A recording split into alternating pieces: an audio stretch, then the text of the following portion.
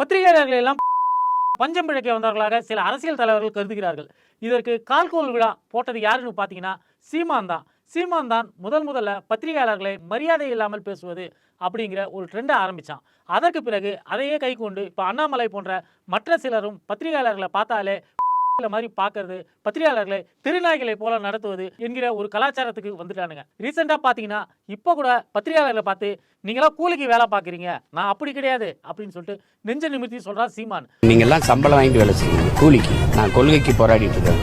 உடனே காலில் கிடக்கிற செருப்பை கட்டி அவனை அடிக்கணும் அப்படின்னு அங்கே இருக்கக்கூடிய ஒரு பத்திரிகையாளருக்கு கூட தோணலை அப்படிங்கிறது வருத்தமான ஒரு விஷயம். இவனோ நாமக்கல் கோழி பண்ணையிலும் முட்டை வைக்கிற வேலை பார்க்குற மாதிரி பத்திரிகையாளர்களை பார்த்து நீலாம் கூலிக்கு வேலை பார்க்குற, உனக்கு சம்பளம் கொடுக்குறாங்க, எனக்கு என்ன அதுவாக கொடுக்குறாங்க அப்படி இப்படின்னு கேட்குறான். அப்புறம் என்ன எங்கெல்லாம் கூப்பிட்டு வச்சு பேசுகிற அப்படின்னு எந்த பத்திரிகையாளரும் கேட்பதில்லை. பத்திரிகையாளர்கள் இதுபோல சூடு சூழ்நிலை இல்லாமல் போனதனால்தான் சீமான் தொடர்ச்சியாக மட்டு என்று இவர்களை பேசிக் கொண்டிருக்கிறார். பத்திரிகையாளர்கள் யாராவது கொஞ்சம் ரஃபா பேச ஆரம்பிச்சா உடனே தம்பி தம்பி அப்படின்னு சொல்லிட்டு உறவு முறை கொண்டாட ஆரம்பிச்சிருவான். இல்லை தங்கச்சி தங்கச்சி அப்படின்னு உருக ஆரம்பிச்சிருவான். இந்த பொறுக்கிக்கு யாரு மணி கட்டுறதுன்னு தெரியாமல் ஊடக உலகமே திண்டாடி கொண்டிருக்கிறது. அதை பற்றி தான் இன்னைக்கு நியூஸ் ரோஸ்ட்ல பார்க்க போகிறோம். Welcome to news roast. நீங்கள் கூலிக்கு வேலை பார்க்குறீங்க, நான் ஒரு கொள்கைக்காக வேலை பார்க்குறேன் அப்படின்னு சொல்லக்கூடிய சீமானுக்கு கூலி எங்கிருந்து கிடைக்கிறது, கொள்கையின் மூலமாக கிடைக்கிறதா அப்படின்னு உடனடியாக ஒரு பத்திரிகைக்காரன் கேள்வி கேட்டிருந்தானா அவனை மானமுள்ள பத்திரிகையாளன் அப்படின்னு நம்ம பாராட்டியிருக்கலாம். இருந்தாலும் தங்களை இப்படி துப்பக்கூடிய ஒருத்தங்கிட்ட வெக்கமே இல்லாமல் தொடர்ச்சியாக அவர்கள் பேசி கொண்டிருக்கிறார்கள்.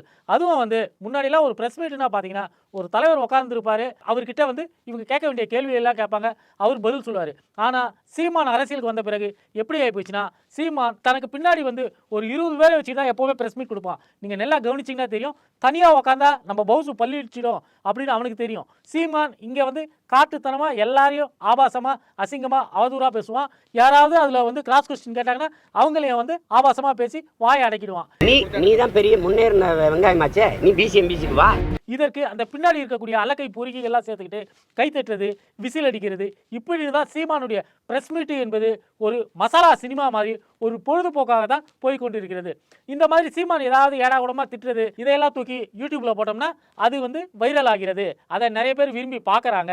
ஏன்னா ஒரு பைத்தியக்காரன் ரோட்டில் தனியாக நின்று பேசிகிட்டு இருந்தால் அதை 4 பேர் பார்க்க தான் செய்வான். அதே போன்ற ஒரு லாஜிக் தான் சீமானுடைய ப்ரெஸ் மீட்டுகளுக்கும் நிகழ்கிறது.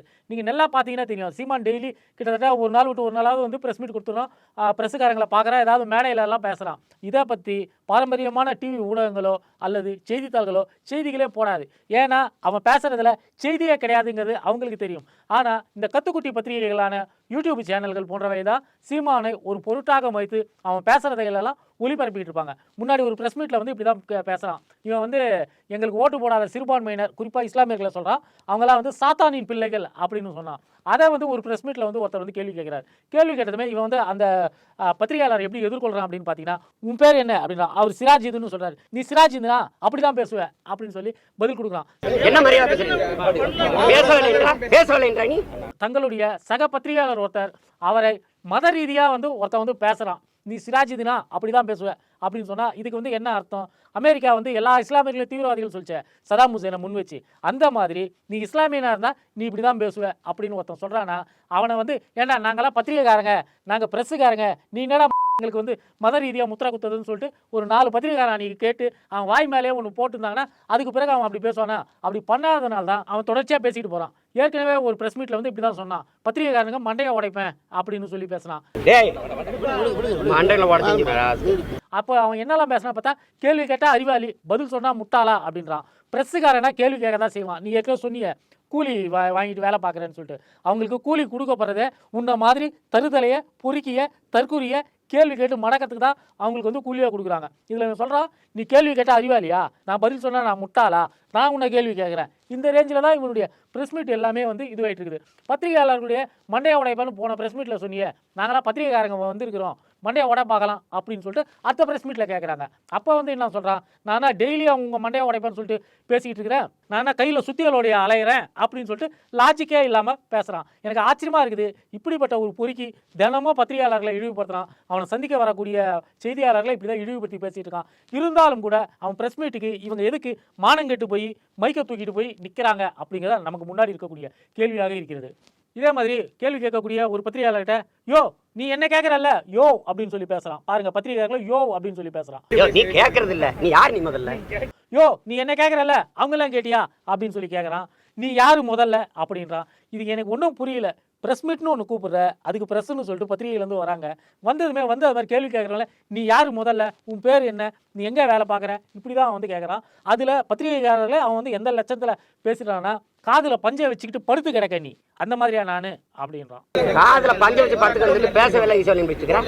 இதே மாதிரி ஒரு ப்ரெஸ் மீட்டில் பேசிக்கிட்டு இருப்ப திடீர்னு சம்பந்தமே இல்லாமல் நாகரிகமே இல்லாமல் தெருவில் எவனாவது எச்ச துப்புனா கூட நமக்கு வந்து அநாகரிகமாக இருக்கும். அவங்ககிட்ட ஏன்டா தெருவில் எச்ச துப்புறிய, அறிவு கிடையாதாடா, அறிவு கிடையாதாடா உனக்கு அப்படின்னு சொல்லி கேட்போம். இவன் ப்ரெஸ் மீட்டில் முன்னாடி ப்ரெஸ் உட்காந்துருக்குறாங்க, மைக்கெல்லாம் வச்சுருக்கு, பேசிக்கிட்டு இருக்கிறப்ப டூ அப்படின்னு சொல்லிட்டு காரி துப்புறான். அதாவது விஜயகாந்த் காரி துப்புறதுங்கிறது வந்து பிரஸ்ஸுக்காரர்கள் மீதான அவருடைய அதிருப்தியை வந்து தெரிவிச்சாரு. ஒரு நேர்மையாக துப்புனாரு. இந்த இவனுக்கு வந்து ஒரு சுத்தம் சுகாதாரம் பற்றி ஒரு அறிவும் இல்லாதவன், இவனுக்கு வந்து சுற்றுச்சூழல் விருது கூட இவன் ஏதோ ஒரு அமைப்பினால வாங்கிட்டவன், இவன் வந்து பிரஸ்ஸுக்காரங்க மத்தியில் பேசிக்கிட்டு இருப்ப தூ அப்படின்னு சொல்லிட்டு காரி துப்புறான். அந்த லெவலுக்கு தான் வந்து இவன் பத்திரிகை சுதந்திரத்தை மதிக்கிறான், பத்திரிகையாளர்களை மதிக்கிறான். 2019 பாராளுமன்ற தேர்தல் நினைக்கிறேன், விருதுநகர் தொகுதியில் வந்து இவனுடைய மச்சானுக்கு, இவனுடைய மனைவி கயல்வெளியுடைய சகோதரர் அருள்மொழி தேவனுக்கு வந்து சீட்டு கொடுத்தான். பாராளுமன்ற தேர்தலில் வந்து போட்டியிடுவதற்காக வந்து சீட்டு கொடுத்தான். இதை பற்றி பத்திரிகையாளர்கள் அப்போ கேள்வி கேட்டாங்க. இது வாரிசு அரசியல் கிடையாதா? உங்கள் மச்சானுக்கு வந்து சீட்டு கொடுத்துருக்கீங்க, நீங்கள் திமுக, அதிமுக, காங்கிரஸ், பிஜேபின்னு எல்லா கட்சியும் வந்து வாரிசு அரசியல் அடிப்படையில் வந்து விமர்சிக்கிறீங்க. அப்படி இருக்கும்போது உங்கள் சொந்த மச்சானுக்கு உங்கள் கட்சியில் இருந்து நீங்கள் வந்து சீட்டு கொடுக்குறீங்களே, இது வாரிசு அரசியலில் வராதா அப்படின்னு சொல்லி கேட்குறாங்க. கேள்வியில் ஒரு லாஜிக் இருக்கிறது. நீ வந்து வேற எதையாவது விட்டுட்டு போகலாம், இது வாரிசு அரசியல் கிடையாது, எங்கள் கட்சியில் தான் அவங்க இருக்காங்க, என் மனைவி என் கட்சியில் தான் இருக்காங்க, என் மாமியாரும் என் கட்சியில் தான் இருக்கிறாங்க, என்னுடைய மச்சானம் என் கட்சியில் தான் இருக்கிறாரு, எங்கள் கட்சியில் இருக்கிற ஒரே காரணத்துக்காக அவங்களுக்கு சீட்டு கொடுக்க முடியாதுன்னு சொல்ல முடியாது அப்படின்லாம் வந்து நியாயமாக பேசிட்டு போயிடலாம். ஆனால் அவன் இந்த மாதிரி கேள்வி கேட்ட ஆளை பார்த்துட்டு டென்ஷன் ஆகி போயிட்டு என்ன சொன்னா, நீ ஒரு மனநல மருத்துவரை போய் பாருடா, டே நீ ஒரு பைத்தியக்கார மாதிரி கேள்வி கேட்காத, திமுக அதிமுகவில் சீட்டு கொடுத்தாதான் அது வாரிசு அரசியல், என் கட்சியில் அப்படி கிடையாது, மச்சான்னா என்னோட வாரிசா, என் புள்ளதான் எனக்கு வாரிசு, மச்சான் எனக்கு வாரிசு கிடையாது அப்படின்னு கண்ணா பின்னான்னு பேச ஆரம்பித்தான். ஒருமையில் பேசுறது, யோவு போடா வாடா அப்படின்லாம் பேசுறது தான் இவனுடைய நீண்ட கால ஒரு வழக்கமாக இருக்கிறது. இன்னொரு முறை சொல்கிறான், நீ என்ன நினச்சிட்டு இருக்க, நான் யாருன்னு தெரியுமா, நான் ஒரு கேடுகட்ட ரவுடி பைய, நீ யாரு முதல்ல, என் கட்டவையாளர் மயிருக்கு சமமா நீ வருவியா? யாரை பார்த்து கேட்கறான்? எதிரில் உட்காந்துருக்கக்கூடிய ஒரு பத்திரிகையாளரை பார்த்து கேட்கறான். நீ யார் முதல்ல, நீ என் கட்டவரல் மயிர் வருவியா நீ? அடுத்த முறை இவனை பிரஸ் மீட்ல பாக்குறப்ப, ஏண்டா நான் கேள்வி கேட்கட்டா, கேள்விக்கு பதில் சொல்றியா அப்படின்னு எந்த பிரஸ்ஸுக்காரனாவது, எந்த ஆண்மையுள்ள பிரஸ்ஸுக்காரனாவது கேள்வி கேட்டாரா? இவனை போன்ற தவளை வாயர்கள் இனிமேலாவது வந்து பத்திரிகைக்காரங்கிட்ட மரியாதையாக பேசணும் அப்படிங்கிற ஒரு எண்ணம் வரும். இவன் என்ன மொழியில் பேசுகிறானோ அதே மொழியில் பத்திரிகையாளர்களும் பேச தொடங்கினால் மட்டும்தான் இந்த பிரச்சனைக்கு ஒரு தீர்வு கிடைக்கும். அவன் சொன்னானா நீ அப்படின்னு சொல்லி பத்திரிகைக்காரன் ஒருத்தர் இதில் கேள்வி கேட்கணும். அந்த மாதிரியான ஒரு நிலைமை வந்தால் மட்டும்தான் சீமானோ அண்ணாமலையோ இனிமேல் வந்து திருந்தி மரியாதையாக ப்ரெஸ் மீட்னா என்னவோ அதுக்கான டீகோரத்துக்கு மரியாதை கொடுத்து இவங்க வந்து பேச ஆரம்பிப்பானுங்க. இன்னொரு முறை சொல்கிறான், தம்பி நான் சிரிக்க பேசுகிறேன்னு நினைக்காத, நான் ரொம்ப சீரியஸான ஆள் அப்படின்றான். தம்பி சிரிக்க பேசுறேன்னு நினைக்க, ரொம்ப சீரியஸான ஆள் நான். இவர் வந்து பெரிய வடிவேலுன்னு மனசுக்குள்ள நினைப்பு. இவர் வந்து காமெடி பண்ணுவாராம். அப்பப்போ இந்த மாதிரி வந்து பத்திரிகையாளர்கள்கிட்ட வந்து காமெடி பண்ணுவாராம். இவங்க பண்ணுற காமெடியை கேட்டுட்டு அவங்கலாம் வந்து சிரிப்பாங்களாம். இன்னொரு முறை வந்து மிரட்டுறான், போச்சுன்னு கட்சியாவது கிச்சியாவதுன்னு வச்சு செஞ்சுட்டு போயிட்டே இருப்பேன் நான் அப்படின்னு சொல்றான். மாயிரே போச்சு, கட்சியாவது வச்சு போயிட்டே இருப்பேன் நான். எனக்கு ஒன்றும் புரியல. இவன் ஒரு கட்சியை நடத்துறான், தெரியாதனமா அந்த கட்சிக்கு வந்து இந்த மக்கள் வந்து மாநில கட்சி அங்கீகாரம் வேற கொடுத்துட்டாங்க. நம்ம அந்த கட்சியுடைய ஒரு தலைவர் நம்ம வந்து எதிரில் இருக்கக்கூடிய பத்திரிகையாளர்களிடமே இப்படி பேசணும்னா கூட இருக்கக்கூடிய நண்பர்கள், கட்சி தொண்டர்கள், சாதாரண மனிதர்கள்கிட்டலாம் இவன் எப்படி பேசுவான் அப்படிங்கிறத நமக்கு வந்து புரியாத புதிராக இருக்கிறது. இவன் எப்படி பேசுவான் அப்படிங்கிறதான் வந்து தனசேகர்னு ஒருத்தர் இவனுக்கு ஃபோனை போட்டு பேசணுப்போ இவன் பேசினானே அந்த மொழியிலேயே வந்து தெரிந்து விட்டது.